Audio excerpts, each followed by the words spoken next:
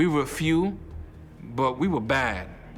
I fought with everyone, anyone who I thought that was a threat. I immediately jumped on them and I tried to take them out the count. And I thought that by fighting all the time and controlling, releasing my stress, I thought I was somebody, because inside Rikers Island, you become a ghetto superstar. That's Benny Blanco from Brooklyn. That's, you know, that's that Latin King cat. It was rough, because if you wasn't a Latin King, or you wasn't part of a group, you had to have a lot of respect in order to walk the yard, in order to do certain things. I went there, I went to a house, it was all Spanish. As soon as I got there, got into a fight instantly, because I was the only black person there. And Rikers has a unique system of structure there, so they make the biggest gang the house gang. So the first cells on the block is for house gang, so you get the first cells. You get to lock everybody else in at 10 o'clock, and you get to stay out to 11 or 12, cleaning, quote unquote, the dorm or the hallway. So what corrections did is that they instilled that into the highest gangs that was there. At the time, it was Latino gangs.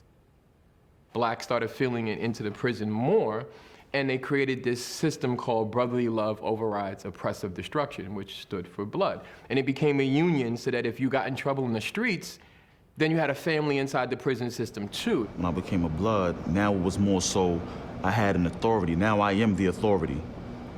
And that culture is just very much different, because it's like the worse you do, the bigger you are. At that point, we weren't the strongest.